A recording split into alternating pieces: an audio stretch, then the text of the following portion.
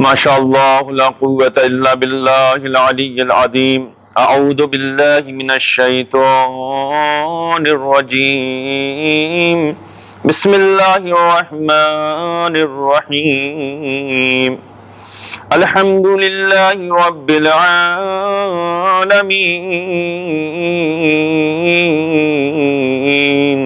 والعاقبة للمتقين والجنة للموحدين والصلاة والسلام على أشرف الأنبياء والمرسلين وخاتم النبيين ومولانا مولى الثقلين جد الحسن والحسين أبي القاسم محمد اللهم صل على محمد وآل محمد وآله الطيبين الطاهرين المعصومين المظلومين ولعنة الله على أعدائهم أجمعين من الآن إلى يوم الدين أما بعد بسم الله الرحمن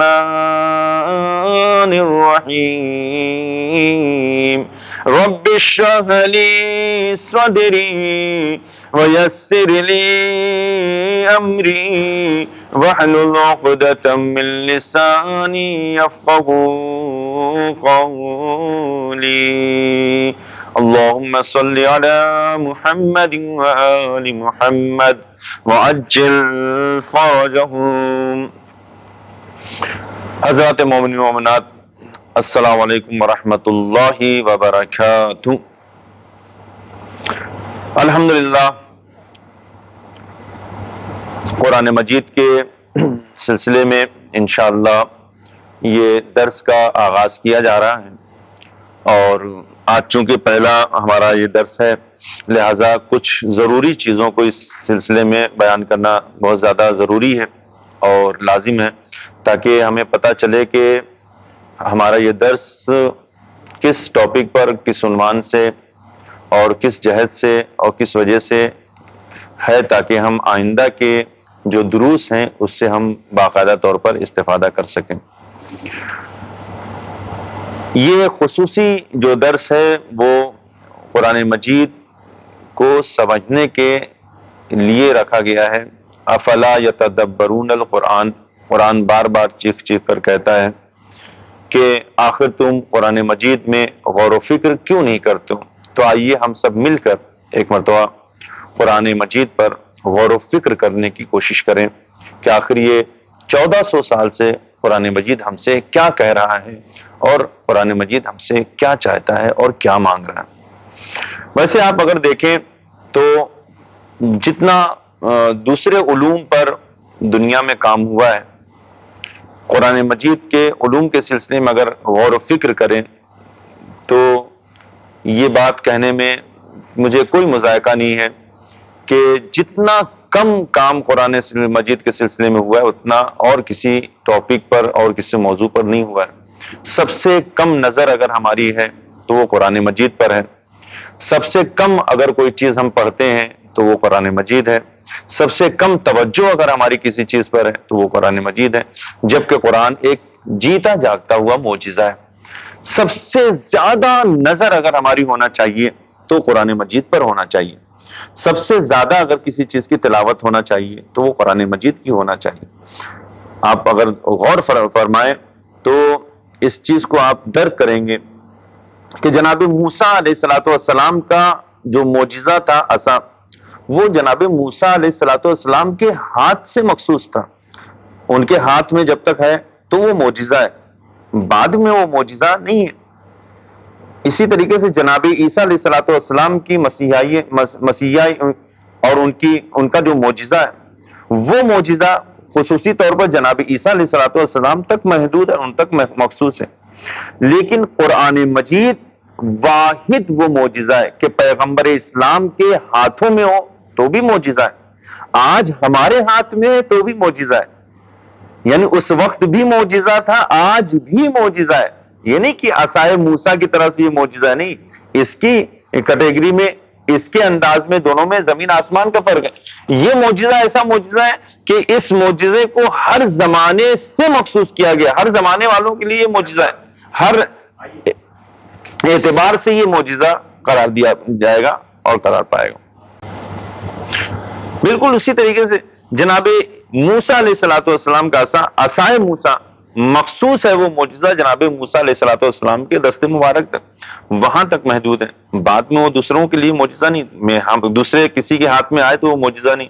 جناب عیسیٰ علیہ السلام کا معجزہ ان تک محدود ہے، ان تک مخصوص ہے، دوسرے تک آنے میں وہ معجزہ نہیں. وہ مردوں کو زندہ کیا کرتے تھے، یہ ان کا معجزہ ہے. وہ اپنا دست شفقت، دست رحمت کسی مریض پر رکھ دیتے تھے تو وہ شفا حاصل ہو جاتی تھی، اسے وہ مکمل شفا یاب ہو جایا کرتا تھا.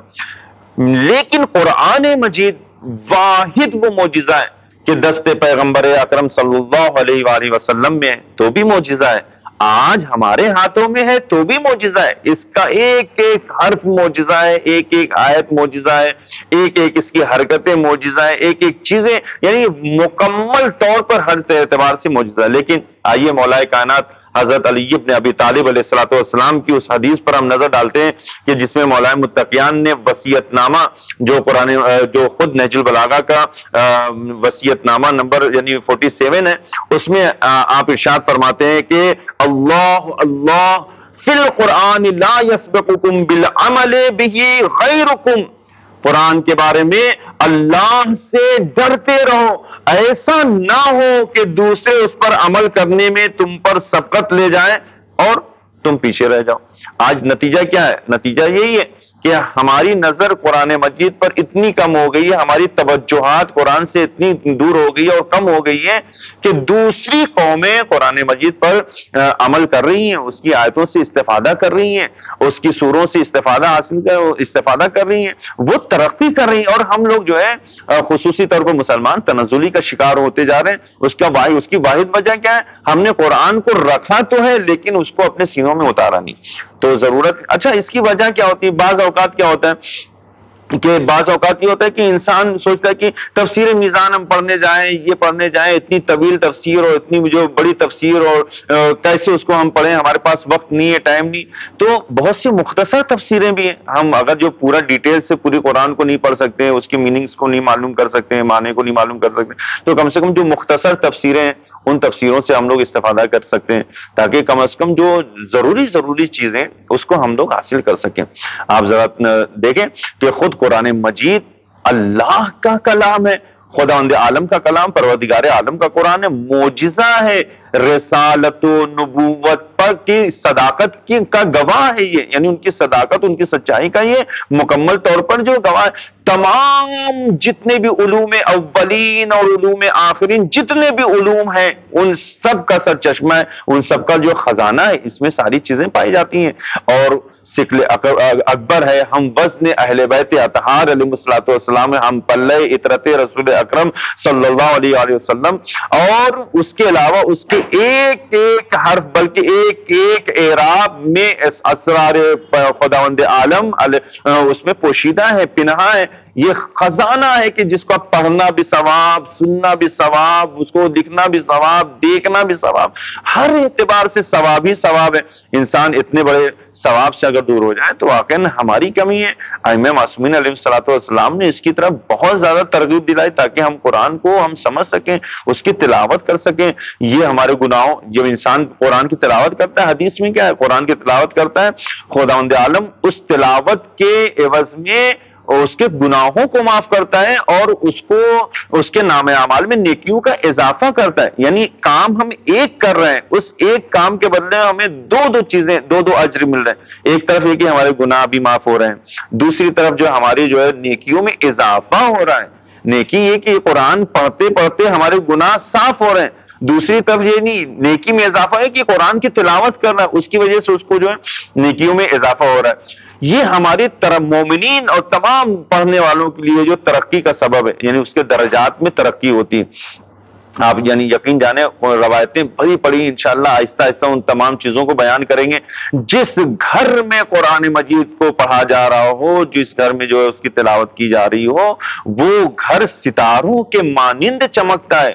آسمان والے سوال کرتے ہیں یہ ستارہ کیسا ہے جو چمک رہا ہے، اس کی روشنی، آواز قدرت آتی ہے. یہاں پر قرآن مجید کی تلاوت کی جا رہی ہے، یہاں پر قرآن پڑھا جا رہا ہے. خود قرآن ایک نور ہے، تو قرآن سے جو وابستہ ہوگا وہ بھی جو چمکے گا، وہ بھی روشن ہوگا نا. قرآن ہمارے ہاتھوں میں، یہ نور جب ہمارے ہاتھوں میں ہے تو یہ ہمارا ہاتھ بھی مبارک ہے، ہمارا دل بھی مبارک ہے. اور یقینی طور پر یہ مرکز ایسا ہے کہ جو ہمیں اس مرکز سے اپنے آپ کو متمسک کرنا چاہیے. جس زبان پر بھی جاری ہو جائے صداقت کا معیار قرار پاتا ہے. اور تلاوت گناہوں کی مغفرت ہو، یہ خود تلاوت جو گناہوں کی مغفرت کرتی ہے، نیکیوں میں اضافہ کرتی ہے. انسان گفتگو کی جو ہے سعادت حاصل کرنا چاہے پروردگار عالم سے، وہ قرآن کی تلاوت کرے. امام فرماتے ہیں کہ اگر تمہیں یہ شوق ہے، تم یہ چاہتے ہو کہ پروردگار عالم سے کلام کرو، تو تم جو قرآن کی تلاوت کرو، خدا تم سے ہم کلام ہوگا. یہ جس طریقے سے ہم کہتے ہیں کہ جناب موسیٰ کلیم اللہ تھے، خداوند عالم سے کلام کیا کرتے، ہم بھی چاہتے ہیں کہ خداوند عالم ہم سے کلام کرے، گفتگو کرے، باتیں کریں. تو ہم کو چاہیے قرآن کی ہم تلاوت کریں. خدا ہم سے بات کر رہا ہے، خدا ہم سے جو ہے گفتگو کر رہا ہے. تمام انبیاء و مرسلین، اولیاء، صالحین علیہ الصلوۃ والسلام کے جتنے بھی معجزے ہیں، ان تمام معجزات کو خداوند عالم نے اس قرآن واحد میں معجزہ بنا کر جو ہے اس کو سمویا ہے. اور جو آج بھی تمام ہمارے لیے شان و شوکت کا سبب، شان و شوکت کا باعث ہے. اور میں نے جیسا کہ پہلے بیان کیا کہ یہ واحد معجزہ ہے کہ دست پیغمبر اسلام صلی اللہ علیہ وآلہ وسلم میں ہے تو معجزہ ہے، دست امت میں ہے تو بھی معجزہ ہے. یہ عصائے موسیٰ کلیم اللہ علیہ السلام کی طرح سے نہیں ہے کہ یعنی ان کے دست مبارک میں ہے صرف تو وہی معجزہ نہیں، ہمارے ہاتھوں میں ہے تو بھی معجزہ ہے. اور اس کی ایک ایک آیت شفا بخش ہے. جس آیت کو بھی پڑھیں، قرآن مجید میں کئی جگہ پہ اشارہ کیا گیا کہ تمام لوگوں کے لیے فائدہ مند ہے، تمام لوگوں کے لیے جو شفا ہے. تو تمام لوگوں کے لیے شفا ہے تو اس کی ہر آیت شفا ہے. یہ نہیں کہ یہ آیت مخصوص ہم پڑھیں گے تو یہ شفا نہیں، جس آیت کو بھی ہم نے بسم اللہ پڑھا وہ بھی شفا ہے، الحمدللہ رب العالمین پڑھا وہ بھی شفا ہے، قل اعوذ برب الناس پڑھا یہ بھی شفا ہے. یعنی مکمل طور پر شفا ہے. ہر چیز کے ہر مرض اور ہر چیز کا علاج اس قرآن مجید میں موجود ہے. جو لوگ اس سے متمسک ہوئے ان کو خداوند عالم نے نجات عطا کی ہے، اور جو اس سے وابستہ ہو گئے وہ دنیا و آخرت دونوں جگہ عزیز اور سرفراز ہوئے. جس نے اس کو چھوڑ دیا وہ ذلیل اور رسوا ہوا اور خوار ہو گیا. یہ اہل بیت علیہ الصلوۃ والسلام کے ساتھ ہے، اور اہل بیت اطہار علیہ الصلوۃ والسلام ہمیشہ ہمیشہ اس کے ساتھ ہے، قرآن مجید کے ساتھ ہے. لہٰذا یہ اتنی بڑی نعمت، اتنی بڑی چیز ہمارے ہاتھوں میں، لہٰذا ہم کو اس کا احساس کرنا چاہیے کہ اتنا بڑا معجزہ، جیتا جاگتا ہوا معجزہ آج بھی ہمارے پاس ہے، تو ہم اس کی قدر کریں. نہیں ہم پورا وقت نکال سکتے ہیں تو کم از کم 10 منٹ، 15 منٹ، آدھا گھنٹے ہم جو اپنی زندگی سے روزانہ نکالیں تاکہ ہم اس کی تلاوت کر سکیں، اس کو سمجھ سکیں، ایک آیت پر رکیں تاکہ اس کو سمجھنے کی کوشش کریں. لہٰذا میں نے جو کوشش یہ کیا ہے کہ انشاءاللہ جو ہے جو یہاں پر جو تفسیر قرآن مجید کے سلسلے میں بیان کی جائے گی تو بہت زیادہ ڈیٹیل میں نہیں بلکہ جو ہے ایک مختصر سی تفسیر ہوگی تاکہ ہر آیت اور ہر سورے کے سلسلے میں مختصر اس کا تعارف ہمارے ذہن تک آ سکے، ہمیں اس کا معلوم ہو سکے کہ شان نزول کیا ہے، اس کا میننگ کیا ہے، اس کا مفہوم کیا ہے، اس کے پیچھے لاجک کیا ہے، اس کے واقعات کیا ہے، کس وجہ سے یہ سورہ آیا ہے، کس وجہ سے یہ آیت نازل ہوئی ہے، احادیث کی روشنی میں اور روایات کی روشنی میں. لہٰذا ہمارا جو منبع ہے بیان کرنے کا، میں آپ کو بتاؤں کہ ہماری اردو زبان میں بھی بہت سی مختصر تفسیریں لکھی گئی ہیں. علامہ ذیشان ندر جوادی صاحب کی مختصر سی تفسیر ہے انوار القرآن کے نام سے، آپ دیکھیں اس سے ہم استفادہ کر سکتے ہیں. انشاءاللہ اس درس میں ہم اس سے بھی استفادہ کریں گے. اس کے پہلے جو ہے خود بہت سے علماء کرام نے، مقبول حسین صاحب نے تفسیر لکھی جو ہے اردو زبان میں لکھی، بہت زیادہ طویل نہیں ہے. زمیمہ بھی اس کا ہے ساتھ میں، اس زمیمے کو بھی جو ہے شامل کیا جا سکتا ہے، اس کو پڑھا جا سکتا ہے. زمیمہ پڑھنے کا وقت نہیں ہے تو کم سے کم ان کی وہ تفسیر جو مختصر تفسیر ہے ترجمے کے ساتھ ہے اس کو ہم لوگ پڑھ سکتے ہیں جو ہے. اس کے علاوہ جو ہے فرمان حیدر صاحب کا جو ہے بہترین مفتی بھی تھے اور خود قاری قرآن بھی تھے، حافظ قرآن بھی تھے، اور جو بہترین قرآن انہوں نے جو ہے مختصر انداز میں تفسیر اس کی بیان کیا، جہاں پہ جو ضروری چیزیں تھیں اس کو انہوں نے باقاعدہ طور پہ بیان کیا ہے، اس کو ہم لوگ پڑھ سکتے ہیں اور اس تفسیر سے بھی ہم لوگ انشاءاللہ استفادہ کریں گے۔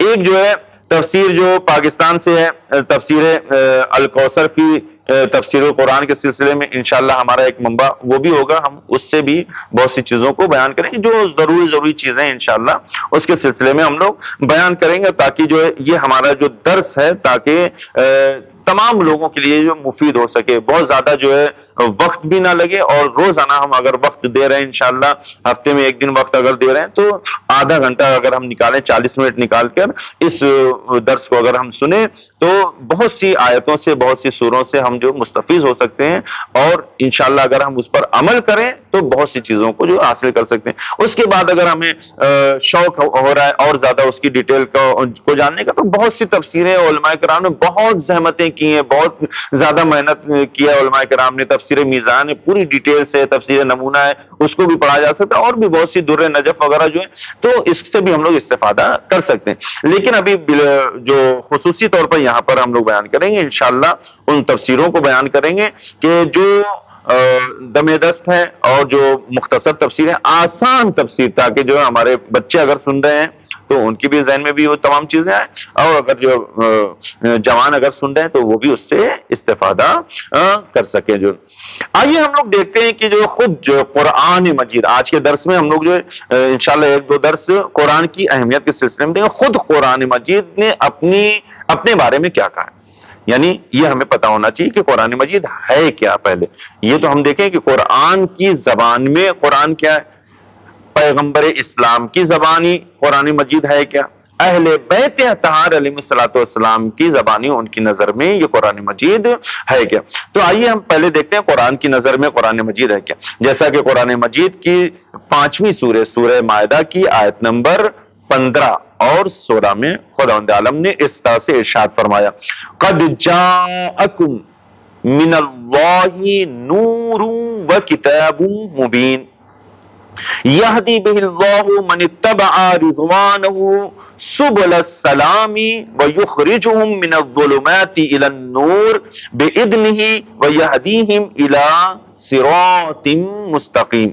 اب دیکھیں اس آیہ مبارکہ میں خاص طور سے قرآن مجید نے اپنا تعارف کرایا ہے کہ میں کیا ہوں۔ جیسے آپ مجھ سے پوچھیں کہ آپ کا انٹروڈکشن کیا ہے، آپ کی تعریف کیا ہے، تو قرآن سے پوچھتے ہیں بھائی آپ کی تعریف کیا ہے، تو قرآن اپنی زبانی اپنی تعریف بیان کرتا ہے کہ میں ہوں کیا۔ بتحقیق تمہارے پاس اللہ کی جانب سے نور اور روشن کتاب آ چکی ہے، جس کے ذریعے اللہ ان لوگوں کو امن و سلامتی کی راہیں دکھاتا ہے جو اس کی رضا کے طالب ہیں، اور وہ اپنے اذن سے انہیں ظلمتوں سے نکال کر روشنی کی طرف لے کر جاتا ہے اور انہیں راہ راست کی ہدایت فرماتا ہے۔ قرآن نے اپنے بارے میں فرمایا کہ خود قرآن ایک نور ہے، نور۔ جو لوگ نور سے وابستہ ہوں گے وہ ظلمات اور اندھیروں کے نزدیک نہیں جا سکتے۔ یعنی انسان پہلے اپنے آپ کو ظلمات اور اندھیروں سے دور کرتا ہے، تب وہ نور سے متمسک ہو سکتا ہے۔ جب اس نے نور سے اپنے آپ کو متمسک کر لیا ہے، سراپا نور ہے نا۔ نور کی اگر ہم تفسیر کرنے جائیں، خود لفظ نور ہدایت ہے، وہ لائٹ ہے، وہ راستہ ہے کہ جہاں پر صرف اور صرف انسان کو کامیابی اور کامرانی اور فتح ہے، اس کو وہاں پہ ضلالت نہیں ہے، وہاں پر رسوائی نہیں ہے۔ نور کے دامن کو اگر تھام لیا، نور کے راستے کو اگر اختیار، قرآن نور ہے، کتاب بین ہے، مبین ہے، بیان کرنے والی ایسی کتاب ہے کہ جس کو سمجھا جا سکتا ہے۔ یہ نہیں کوئی کہہ سکتا ہے کہ یہ ہماری سمجھ میں نہیں آ رہی ہے، ہم نہیں سمجھ سکتے۔ معجزہ اس اعتبار سے بھی قرآن ہے، آپ اس کو دیکھیں کہ ایک ادیب، ایک بہت پڑھا لکھا انسان قرآن میں تدبر کرتا ہے، غور و فکر کرتا ہے، تو اس کی بلاغت کے اعتبار سے، اس کی فصاحت کے اعتبار سے، الفاظ کے اعتبار سے، جملوں کے اعتبار سے، اس کے اعتبار سے، اس کے اعتبار سے، معانی کے اعتبار سے وہ اس کو معجزہ لگتا ہے۔ لیکن ایک عام فہم انسان اگر اس قرآن کو پڑھتا ہے تو وہ اپنے اعتبار سے قرآن کو سمجھتا ہے۔ ایسا نہیں کہ اس عام فہم انسان کو قرآن بین ہے، مبین ہے، سب کے لیے، یہ نہیں کہ کوئی خاص طبقہ ہو، انشاءاللہ میں آگے ایک اور آیہ مبارکہ کے سلسلے میں اس کو میں بیان کروں گا، لیکن یہ کہ خود یعنی ظلمات سے نکال کر انسان کو نور کی طرف لے کر جاتا ہے۔ اور سب سے بڑی بات کیا ہے؟ جو قرآن سے متمسک ہوا، یہدیہم الی صراط مستقیم، سیدھا راستہ چاہیے دنیا کو۔ دنیا پریشان ہے کہ سیدھا راستہ کیا ہے، ہم صحیح راستے کی تلاش میں۔ قرآن چیخ چیخ کر کہہ رہا ہے کہ تم اگر سیدھے راستے کی تلاش میں ہو تو آؤ قرآن سے متمسک ہو جاؤ۔ قرآن ہی صراط مستقیم ہے، قرآن ہی سیدھا راستہ، یہی وہ نور ہے کہ جو تمہیں ہدایت عطا کرے۔ لہذا یہ بہترین طریقہ ہے، بہترین راستہ ہے۔ اس کے بعد قرآن مجید نے قرآن مجید کی 17ویں سورہ، سورہ بنی اسرائیل، آیت نمبر 9 میں خداوند عالم نے ارشاد فرمایا کہ ان هذا القرآن يهدي للتي هي اقوم ويبشر المؤمنين الذين يعملون الصالحات ان لهم اجرا كبيرا۔ قرآن مجید کہہ رہا ہے کہ بے شک یہ قرآن کیا ہے؟ تمام لوگوں کے لیے راہ ہدایت ہے، لوگوں کو ہدایت کرنے والا ہے، جو بالکل سیدھا راستہ ہے، جو اس کی ہدایت کرتا ہے قرآن، اور ان مومنین کو جو نیک اعمال بجا لاتے ہیں۔ اور یہ خصوصی طور پر مومنین کے لیے کہ جو نیک اعمال بجا لاتے ہیں، ان کی فلاح کے لیے، ان کی کامیابی کے لیے، ان کی ہدایت کے لیے یہ قرآن جو بشارت دیتا ہے کہ ان کے لیے بڑا اجر ہے۔ قرآن کہہ رہا ہے کہ ان مومنین کو بشارت دی جا رہی ہے، اس قرآن کے ذریعے سے بشارت دی جا رہی کہ جو اس پر عمل پیرا ہیں، جو اس پر عمل کر رہے ہیں، یقینی معنوں میں وہ ان کے لیے بہت بڑا اجر ہے۔ کتنا بڑا اجر ہے؟ اس کے بارے میں ایک سوال، ہم کتنا بڑا اجر جو تصور کر سکتے ہیں کہ قرآن پر عمل پیرا انسان اگر ہو رہا ہے، احادیث پر عمل پیرا ہو رہا ہے، تو قرآن کہہ رہا ہے کہ اس کے لیے جو اجرن کبیرہ ہے، یعنی بہت بڑا اجر۔ کتنا بڑا اجر ہم تصور کر سکتے ہیں؟ دنیا کتنا بڑا، زمین کتنا بڑا، آسمان کتنا بڑا؟ نہیں، نہ دنیا کے اتنا بڑا، نہ زمین کتنا بڑا، نہ آسمان کتنا بڑا۔ آپ تصور کریں، اللہ اکبر، جتنا بڑا خدا ہے اتنا بڑا اجر۔ خداوند عالم ہر چیز کو دینے پر قادر ہے، انسان کو اتنا اجر عطا کرے گا کہ وہ اس کا تصور نہیں کر سکتا، انسان اس کا تصور نہیں کر سکتا کتنا اجر اس کو عطا ہونے والا ہے۔ قرآن مجید میں قرآن مجید کی سورہ نمبر 10، سورہ یونس، آیت نمبر 57، اس میں کیا ارشاد ہوتا ہے؟ بسم اللہ الرحمن الرحیم، یا ایہا الناس قد جاءتکم موعظۃ من ربکم وشفاء لما فی الصدور وہدی ورحمۃ للمؤمنین۔ قرآن مجید کہہ رہا ہے سورہ یونس کی 57 آیت، اے لوگو تمہارے پروردگار کی طرف سے قرآن تمہارے پاس تمہارے لیے نصیحت اور تمہارے دلوں کی بیماری کے لیے شفا اور مؤمنین کے لیے ہدایت و رحمت بن کر آیا۔ مکمل قرآن، پورا قرآن، شفاء للناس، لوگوں کے لیے، شفاء للمؤمنین، تمام مومنین، تمام لوگوں کے لیے شفا بخش ہے یہ قرآن۔ یہ ہدایت بھی ہے، رحمت بھی ہے، اس سے ہدایت۔ یہ خود قرآن اپنے بارے میں خداوند عالم نے قرآن کے سلسلے میں بیان فرمایا کہ یہ قرآن تم کو نصیحت کرتا ہے اچھی چیزوں کی، اور تمہارے دلوں کو ہر طرح کی بیماری سے۔ انسان آج پریشان ہے، دیکھیں باقاعدہ طور پر قرآن میں جو ورڈ ہے جو استعمال کیا گیا، خداوند عالم جو جس چیز کو بیان فرمایا کہ وہ شفاء لما فی الصدور، دل کی جو بیماریاں ہیں، جو کچھ بھی دل کی بیماریاں، اس کے لیے شفا ہے۔ دو طرح کی بیماری ہوتی، ایک ظاہری بیماری ہے اور ایک باطنی بیماری ہے۔ ظاہری بیماریاں، انسان پریشان ہے، ہارٹ اٹیک سے پریشان ہو رہا ہے، یہ بیماری وہ بیماری، قرآن چیخ چیخ کر کہہ رہا ہے آؤ تمہیں اس سے شفا چاہیے تو اس قرآن سے شفا پاؤ، حاصل کرو، ہم تمہیں شفا دینے والے ہیں، دل کی بیماریوں کو شفا دینے والے ہیں۔ اگر باطنی بیماریاں ہیں، نفاق ہے، کفر ہے، شرک ہے، اس طرح کی حسد ہے، چغلی، یہ اس طرح کی بھی بیماریاں ہیں، تو ہم اس سے بھی تم کو اس سے پاکیزہ کریں گے، اس سے بھی تم کو شفا دیں گے۔ قرآن سے متمسک تو ہو انسان۔ خداوند عالم نے باقاعدہ طور پہ دل کی بیماریوں کی طرف اشارہ، شفاء لما فی الصدور، جیسی بھی دل کی بیماری ہو، ہم اپنے دل کی بیماری کا علاج کرنا چاہتے ہیں تو قرآن سے متمسک ہو، قرآن مجید باقاعدہ طور پر اس کی طرف اشارہ کر۔ اس کے علاوہ سورہ بقرہ کی آیت نمبر 231 خداوند عالم نے ارشاد فرمایا کہ وَاذْكُرُوا نِعْمَةَ اللَّهِ عَلَيْكُمْ وَمَا أَنزَلَ عَلَيْكُمْ مِنَ الْكِتَابِ وَالْحِكْمَةِ يَعِظُكُمْ بِهِ، دوسرا ہی سورہ ہے تو نا، سورہ بقرہ آیت نمبر 231، اور اللہ نے تمہیں جو نعمت عطا کی ہے اسے یاد رکھو. یہ نعمت ہے، خدا کی بہت بڑی نعمت ہے، اسے ہمیں یاد رکھنا چاہیے. اور یہ بھی یاد رکھو کہ تمہاری نصیحت کے لیے اس نے تم پر کتاب اور حکمت کو نازل کیا ہے. خداوند عالم نے ہماری نصیحت کے لیے، ہماری فلاح و بہبودی کے لیے جس چیز کو نازل کیا ہے وہ یہ قرآن مجید. ان ھذا القرآن یہدی للتی ہی اقوم، یہ ہدایت ہے تمام لوگوں کے لیے. ھذا بیان للناس وہدی وموعظۃ للمتقین، یہ قرآن کیا ہے؟ یہ عام لوگوں کے لیے ہے، ایک واضح بیان ہے، اور اہل تقوی کے لیے ہدایت و نصیحت ہے. یہ نہ کہیں کہ بس مخصوص لوگوں کے لیے، پڑھے لکھے لوگوں کے لیے، جو ادیب ہو اس کے لیے، جو عربی گرامر جانتا ہو اس کے لیے، جو بہت زیادہ فلسفی ہو اس کے لیے ہو، اس کے لیے جو بہت بڑا محدث ہے اس کے لیے، جو بہت بڑا مفکر ہے صرف اس کے لیے قرآن مخصوص ہے، یا جو بہت بڑا جو ہے فصیح و بلیغ ہے اس کے لیے. نہیں نہیں نہیں نہیں، ھذا بیان للناس، تمام لوگوں کے لیے، عام لوگوں کے لیے، عام لوگوں سب کے لیے یہ ہے. یہ تمام لوگوں کے لیے واضح بیان ہے. واضح بیان کا مطلب کیا ہوا؟ یعنی سمجھ میں آنے والا، گجلت نہیں ہے اس میں کچھ. انسان اگر اس کو سمجھنے کی کوشش کرے تو یہ ایک عام فہم انسان بھی اس چیز کو باقاعدہ طور پر آیتوں کو سمجھ سکتا ہے. یہ ضروری نہیں کہ بہت زیادہ فلسفی ہو، بہت زیادہ وہ جو روایتوں کو جانتا ہو، بہت زیادہ حدیث کو جانتا ہو. یہ قرآن معجزہ اسی وجہ سے ہر ایک کے لیے ہے نا، تمام لوگوں کے لیے، چاہے عام ہو چاہے وہ خاص ہو.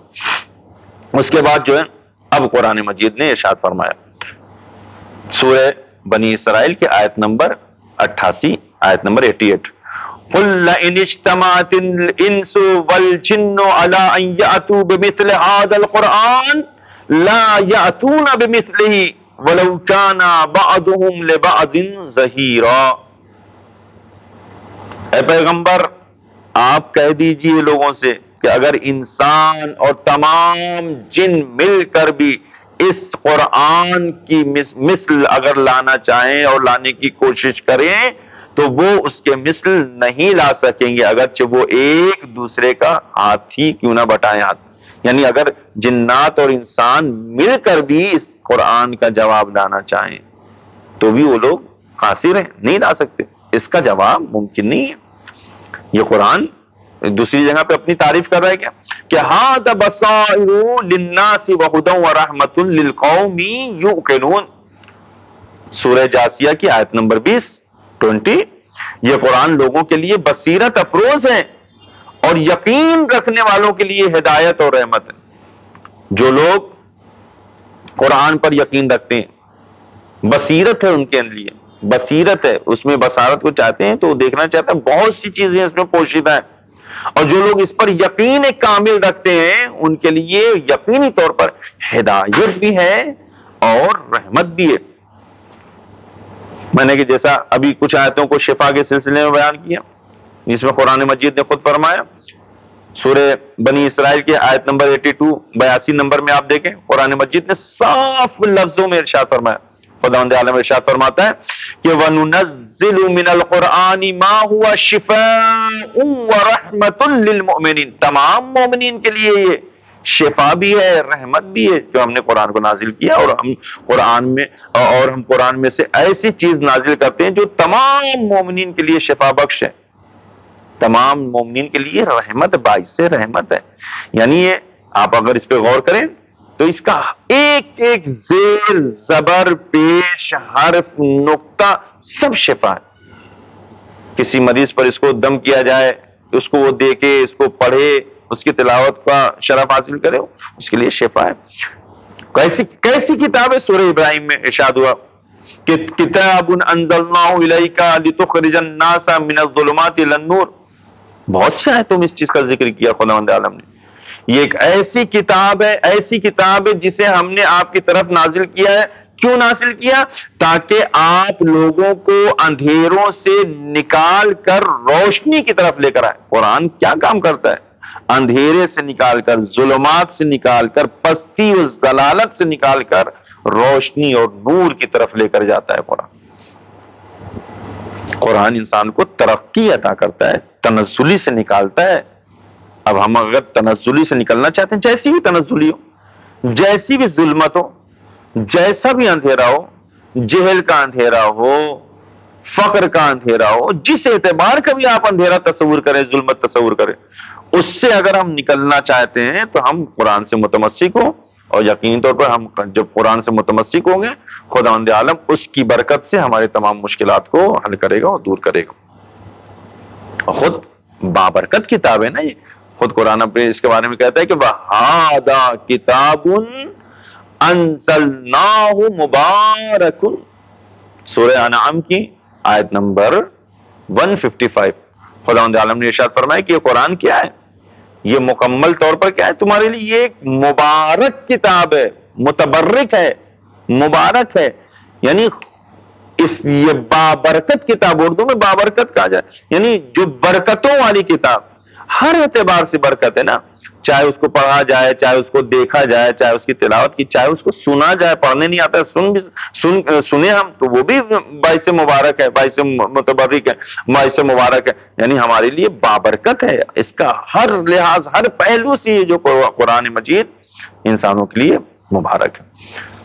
اس کے علاوہ سورہ نحل کی آیت نمبر 89 میں خداوند عالم نے ارشاد فرمایا کہ وَنَزَّلْنَا عَلَيْكَ الْكِتَابَ تِبْيَانًا لِكُلِّ شَيْءٍ وَهُدًى وَرَحْمَةً وَبُشْرَى لِلْمُسْلِمِينَ، اور ہم نے آپ پر یہ کتاب ہر چیز کو بڑی وضاحت سے بیان کرنے والی بیان کیا ہے، اور مسلمانوں کے لیے ہدایت اور رحمت اور بشارت بنا کر نازل کیا ہے۔ یہ خصوصی طور پر خداوند عالم نے ارشاد فرمایا مسلمانوں کے لیے کہ ان کے لیے ہدایت بھی ہے، اس میں رحمت بھی ہے اور بشارت بھی ہے، بہت سی بشارت، جنت کی بشارت ہے، سلسبیل کی بشارت ہے، انسان ترقی کرنا چاہے اس کے سلسلے میں بشارت ہے، رحمت مطلب ہر اعتبار سے رحمت ہے، ہم جس اعتبار سے بھی قرآن کو دیکھنا چاہیں، خداوند عالم نے وضاحت کے ساتھ اس چیز کو اس میں بیان فرمایا۔ اس کے علاوہ خداوند عالم نے ارشاد فرمایا کہ اِنَّهُ لَقُرْآنٌ کریم، یہ قرآن یقیناً یقیناً بڑی تکریم والا، بہت ہی کریم ہے، تکریم والا قرآن ہے۔ کرم اگر چاہتے ہیں، کرامت چاہتے ہیں تو قرآن سے یہ قرآن مکمل طور پر باعث تکریم ہے۔ فی کتاب مکنون لا یمسہ الا المطہرون، جب قرآن کریم ہے، باعث تکریم ہے، کرامت والا قرآن ہے، جو ایک محفوظ کتاب میں موجود ہے، تو جسے صرف اس کے لیے پھر شرط کیا ہوگی؟ اب اس قرآن کو وہی لوگ چھوئیں کہ جو پاک و پاکیزہ ہیں، طاہر ہیں۔ یعنی قرآن کا میسج کیا ہے؟ آداب قرآن میں سے یہ قرآن بیان کر رہا ہے کہ جب یہ مبارک ہے، باعث برکت ہے تمہارے لیے، تو برکت کو حاصل کرنے کے لیے خود کو تو پہلے پاکیزہ کرو۔ انسان اگر نجاست کی حالت میں، اس سے پہلے اپنے آپ کو پاکیزہ کرے، یعنی کم از کم وضو تو کرے انسان، اس کو پاکیزہ ہو کر اس کو چھوئے۔ لہذا جو ہے لا یمسہ الا المطہرون، قرآن مجید میں آگے ارشاد فرمایا کہ اس کو مطہرین کے علاوہ، جو پاک و پاکیزہ ہیں، ان کے علاوہ کوئی اس کو مس نہیں کر سکتا ہے۔ لہذا جو فتووں کو اگر دیکھیں تو قرآن کی آیتوں کو بغیر وضو کے اس کو مس نہیں کیا جا سکتا ہے۔ آپ باوضو ہیں تو اس کی آیتوں کو چھوا جا سکتا ہے، اس کو مس کیا۔ بابرکت ہے کتاب نا، جتنی مبارک جو چیز ہوتی ہے اس کی اتنی زیادہ اہمیت ہوتی ہے۔ ایک آخری آیت کو قرآن کے تعارف کے سلسلے میں بیان کر کے آج کے درس کا اختتام کرتے ہیں انشاءاللہ، کہ قرآن مجید نے ارشاد فرمایا سورہ حشر کی آیت نمبر 21، خداوند عالم ارشاد فرماتا ہے کہ لو انزلنا هذا القرآن على جبل لرأيته خاشعا متصدعا من خشیت اللہ. یہ قرآن کتنا وزنی ہے، کتنا مبارک ہے. اگر خداوند عالم فرماتا ہے کہ اگر ہم اس قرآن کو پہاڑ پر نازل کر دیتے تو یقین جانے تو آپ اسے اللہ کے خوف سے جھک کر پاش پاش ہوتا ضرور دیکھتے.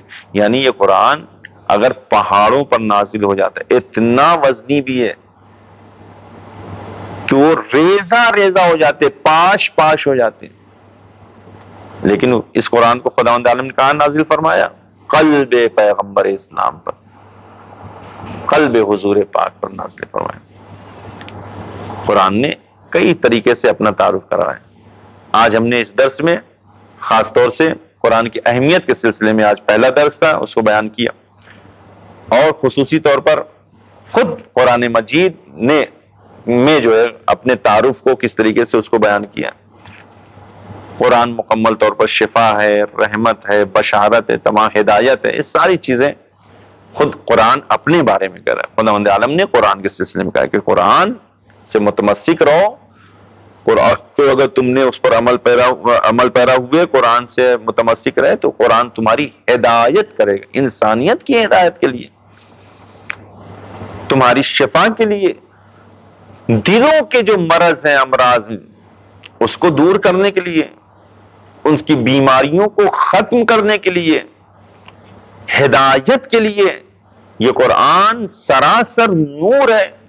انسان اگر اس کو اپنے سینے میں اتار لے، اپنی زبان پر اس کو جاری کر لے، تو یہ تم کو ہدایت نصیب کرتا ہے، عطا کرتا ہے، ہدایت عطا کرتا ہے. یہ تمہیں ظلمات اور اندھیروں اور پستیوں اور ضلالتوں اور رذالتوں سے نکال کر تمہیں کمال کی منزلوں تک لے کر جاتا.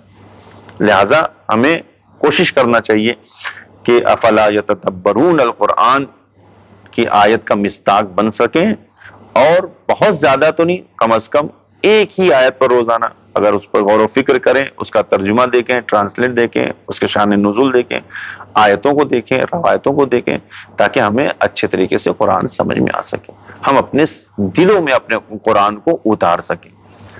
یقین جانیں اگر پوری امت مسلمہ، تمام مومنین، تمام مسلمان آج بھی اس قرآن سے حقیقی طور پر وابستہ ہو جائیں، تو جتنی ضلالتیں اور رذالتیں آج ہمیں دنیا میں نظر آ رہی ہیں، وہ ساری ختم ہو جائیں. یہ رذالت، ضلالت، یہ بے عزتی، یہ تمام چیزیں جو ہمیں نصیب ہو رہی ہیں، اس کا سامنا کرنا پڑ رہا ہے، اس کی وجہ کیا ہے؟ ہم نے قرآن کو چھوڑ دیا، ہم قرآن سے دور ہو گئے. یقین جانے اگر ہم صحیح معنوں پر قرآن پر عمل پیرا ہو جائیں تو یہ ساری پرابلمز، یہ ساری مشکلات جو آج ہمیں نظر آ رہی ہیں، کسی بھی حال میں ہو، اقتصادی حالت میں ہو، اکنومک صورت میں ہو، جس اعتبار سے مشکل لفظ کو ہم جہاں پر بھی فٹ کرتے ہیں، وہ ساری مشکلیں ہماری قرآن کے ذریعے سے دور ہو جائیں. خداوند عالم سے ہم دعا کریں، خداوند عالم ہمیں زیادہ سے زیادہ قرآن کو پڑھنے کی سب سے پہلے، اور پھر اس پر عمل پیرا ہونے کی، اس کو سمجھنے کی، اس میں تدبر اور غور و فکر کرنے کی توفیق عطا فرمائے. محمد و آل محمد علیہ الصلوۃ والسلام کے تصدق، ان کے وسیلے سے. وآخر الدعوانا ان الحمد للہ رب العالمین.